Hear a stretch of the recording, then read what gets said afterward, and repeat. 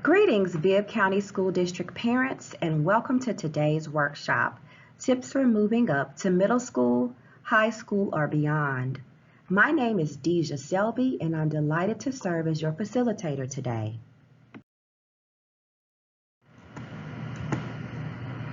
Before we begin, I'd like to take just a few minutes to introduce myself.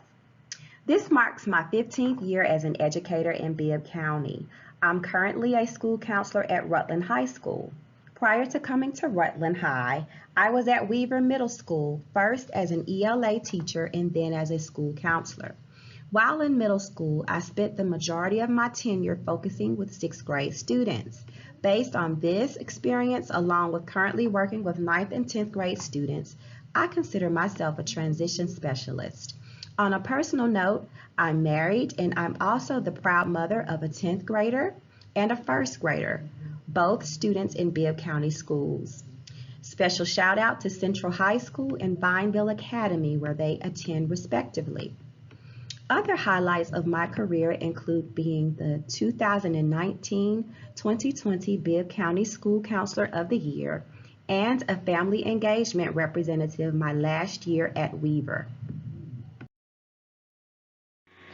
Here in Bibb County, we begin each presentation with what we believe. Our vision is that each student will demonstrate strength of character and will be college or career ready. Our mission is that the Bibb County School District develops a highly trained staff and an engaged community dedicated to educating each student for a 21st century global society. Our values are competence, loyalty, open communication, defined autonomy, and honor. Our district non-negotiables are MTSS, which include RTI and PBIS, personalized learning, and Leader in Me. It is also important to note the results pyramid, which indicates that experiences foster beliefs, beliefs influence actions, and our actions produce the results that we desire to achieve. We believe in above the line thinking where we see it, own it, solve it, and do it. And new this year, we have adopted Tier 1 Strong as our theme. The goal being to ensure that all students perform at or above grade level. This is the responsibility of all departments and employees. Now we turn our attention to our strategic map, Victory in Our Schools. If we look from the bottom to the top, there's learning and growth, reliable organization, leader and teacher effectiveness, student and stakeholder engagement, which all leads to student achievement. For today's focus, we will be looking at partnering with students and partnering with parents, which falls under student and stakeholder engagement. The focus of our workshop today is on transitions and what they mean for you and your student. Whether it's moving from elementary to middle, middle to high, or from high school to college and beyond, we want to assist students in successfully moving from one setting to another. So let's walk through some key steps to make this a reality. We'll begin with expectations for middle and high schools. Our expectations center around this key idea, developing student responsibility. If we think back to the mission of Bibb County Schools, student responsibility is at the heart of what we do. But we cannot do it alone. We must partner with you parents. Here are 7 ways that you can assist in developing student responsibility at home. Number 1, teach your student to set small, attainable goals to accomplish larger projects. Number 2, encourage time management skills by supporting and monitoring their progress. Number 3, help your student understand the importance of working in groups and sharing responsibilities. Number 4, show your student how to create a calendar that is reviewed regularly. Number 5, register for high school's online parent portal to view grades and attendance if applicable. And that also applies to middle school as well. And then sign up to receive alerts and notices, as well as allow your students to relax and spend time with friends and family as appropriate. Now I'll share grade level specific transition tips. Let's begin with a big transition year, entering middle school. A smooth transition in 6th grade will help your child form both a positive and realistic expectation of what middle school is really like, which will greatly increase their ability to succeed. Upon entering middle school, students are bombarded with environmental, social, emotional, and physical changes that may overwhelm some. As a parent, it's important to note changes in 6 key areas. These include organizational, environmental, social, emotional, academics, and developmental. Now we will take an opportunity to discuss each one of these areas in detail. Organizational and environmental factors can influence your child's learning. The middle school day changes, with students possibly experiencing as many as 6 classes with 6 different teachers, 6 different expectations, and in many cases, 6 different homework assignments. Organization and time management skills must be developed so students will feel less overwhelmed. Listed below are what to expect organizationally, as well as what to expect environmentally.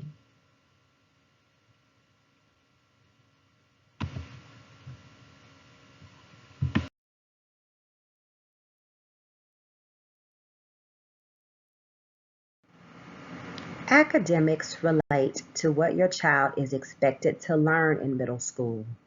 Students are required to take the following: English language arts, math, science, and social studies.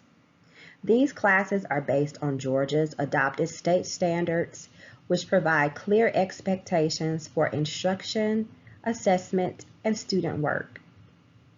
Take a look at what to expect academically as your student transitions to the 6th grade.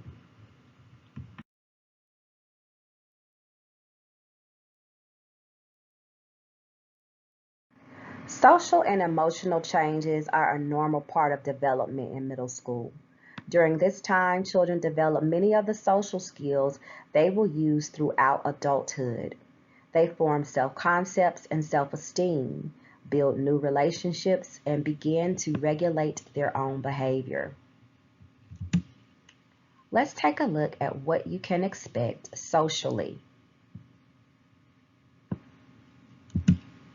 Also note what you can expect emotionally. One that I think we can all agree on that is worth pointing out is that students at this age begin to reject adult advice, and talking back becomes more common.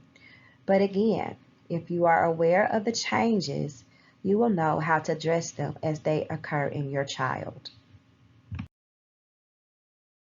Developmental growth will take place in your child during the adolescent years, both physically and mentally. Girls start changing physically between the ages of 8 to 13, whereas boys' physical changes begin on average 2 years later.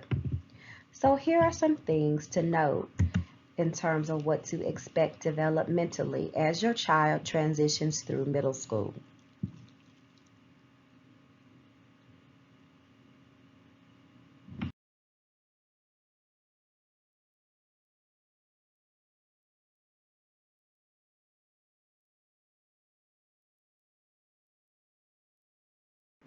The first day of high school represents the start of new and exciting possibilities. Did you know that if a student is successful during ninth grade, there is a higher likelihood that the student will graduate and enjoy their high school experience? So parents, here are some tips to assist your ninth grader with a smooth transition.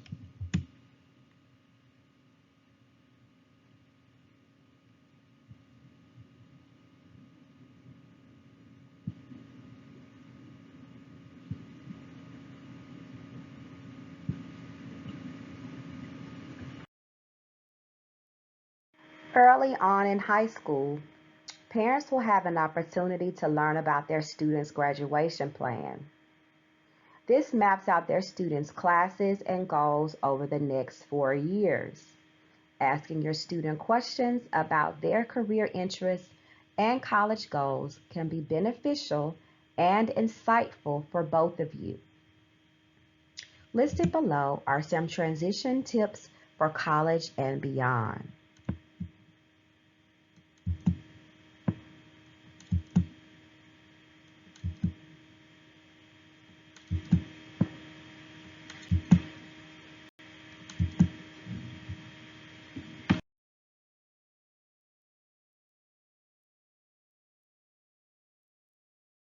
Academic and career readiness. First, let's explore how to select courses and class schedules. There are specific courses in high school that your student must pass in order to earn a diploma. Students are required to complete certain academic courses in English language arts, math, science, and social studies, plus personal fitness and health. Additional graduation requirements must be satisfied by completing 3 sequence pathway courses in CTAE, World Languages, or Fine and Performing Arts. These may be called connections classes in middle school and electives in high school. What's a syllabus? The syllabus includes the following information: the teacher expectations, classroom grading policies, as well as the timeline for standards taught in class. Parents, you should read each course syllabus, which is typically provided at the beginning of the school year. Despite popular belief, homework has not gone away. Whether assignments are referred to as homework or not, students must spend time at home focusing on schoolwork. A huge way that you can help provide appropriate structure for this is to designate a study time and place. So here are some practical tips. Work with your student to pick a time and place where schoolwork work should be completed each day. If they do not have a specific homework assignment, they should read. Reading is fundamental. Study areas should be free of all distractions. Exciting news, Bib now has a partnership with Tutor.com, which provides on-demand one-to-one tutoring at your convenience and at no cost to you. Visit the Tutor.com website for more details. And that's important for any homework help. Understanding grades and assessments. First, let's take a look at the Bibb County School District grading scale. When we think about assessments, they fall into 3 areas. Classroom, which include quizzes, tests, and final exams created by teachers. District assessments, which include benchmark tests students typically take on School City, as well as STAR reading and math. And then state assessments include the Georgia Milestones, end of grade, and the Georgia Milestones end of course assessments. Now we come to promotion and graduation requirements. Here are middle school promotion requirements. Grades and attendance are important.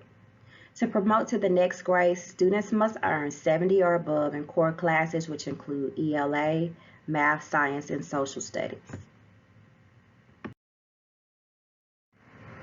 The big difference from middle school to high school is that once students enter high school, they must earn credits.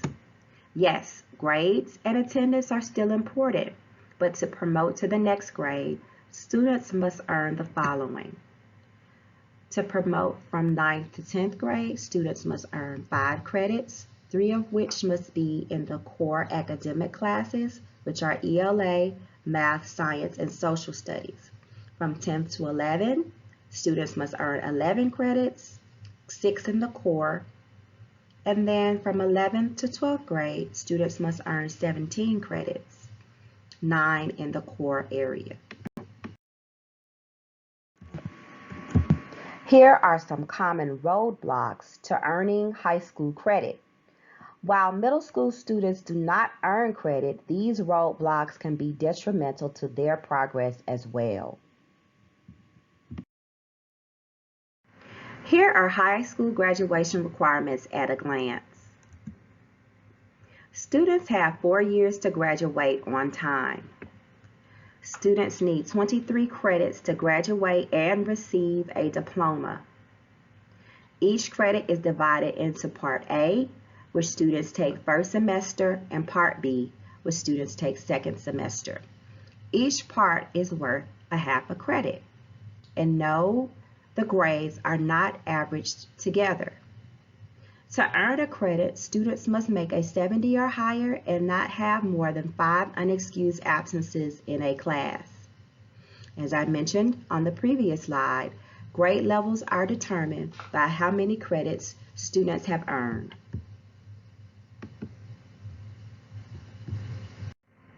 As mentioned previously, high school students must take specific classes to graduate. Here is the breakdown by subject area. Students must take 4 credits of English, math, science, 3 of social studies and CTAE and/or Spanish, and 1 health and physical education, as well as 4 electives. This all amounts to 23 credits that students must earn in order to graduate. Now let's explore growing and changing.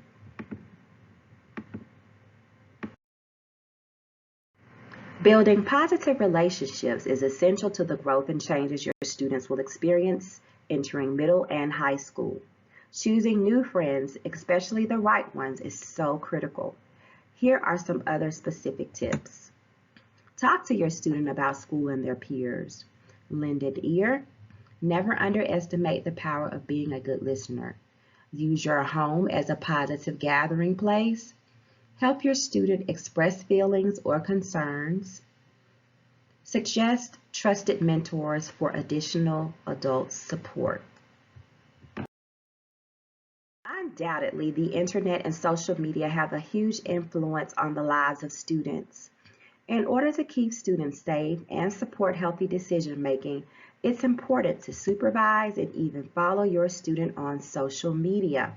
You must monitor it aggressively and get a good start on this as early as possible to save your child and you from emotional ups and downs. Becoming self-dependent is important as a student transitions towards adulthood.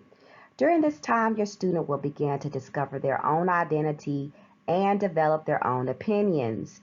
As they meet new friends, you may even notice changes in their personality and interests. Their social interactions can make or break them. Listen to what motivates your student in school and encourage them to get involved with extracurricular activities, including clubs and sports. Our final point is to begin with the end in mind. In Bibb County High Schools, we've adopted what we refer to as the 3E initiative. Our goal is for every student, by the time they graduate, to be enrolled at a 2 or 4-year college or university, enlisted in the military, or entering the workforce. And this can come in any combination of the 3 as well. The 3E initiative not only applies to high school, but to middle and elementary school also. CTAE Pathways prepare students to continue their education at any level or enter the world of work. Listed below is a sample of high school pathways.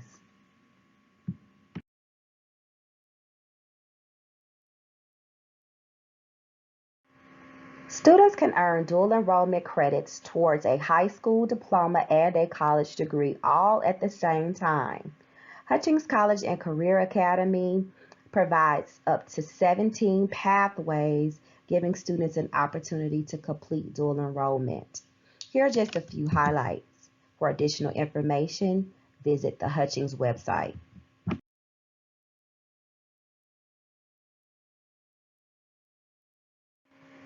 The key to your child's success in school is everyone working together. It's important to understand the role of teachers who provide academic instruction and support, counselors who help navigate social, emotional, and career issues as well as academic concerns, parents who provide guidance at home, as well as adult mentors who provide guidance in the greater community. Everyone has a part to play in shaping the lives of students. Regardless of whether you have a middle school, high school, or college and/or career-bound student, the greatest factor in their success is your involvement. On that note, here are some practical ways to do just that. First, visit your school's parent-student organizations such as the Parent-Teacher-Student Association or PTSA. Keep a family calendar. Attend school activities. Volunteer at home or at school. Share your ideas. And last but certainly not least, be an informed parent. Well, that concludes my presentation today. I've enjoyed serving as your informational tour guide on the road to moving up to middle school, high school, or beyond. I hope this session has been helpful to you. I look forward to interacting with you live and in person during our Q&A session later. Now I'll turn it over to the Family Engagement team for information on staying connected.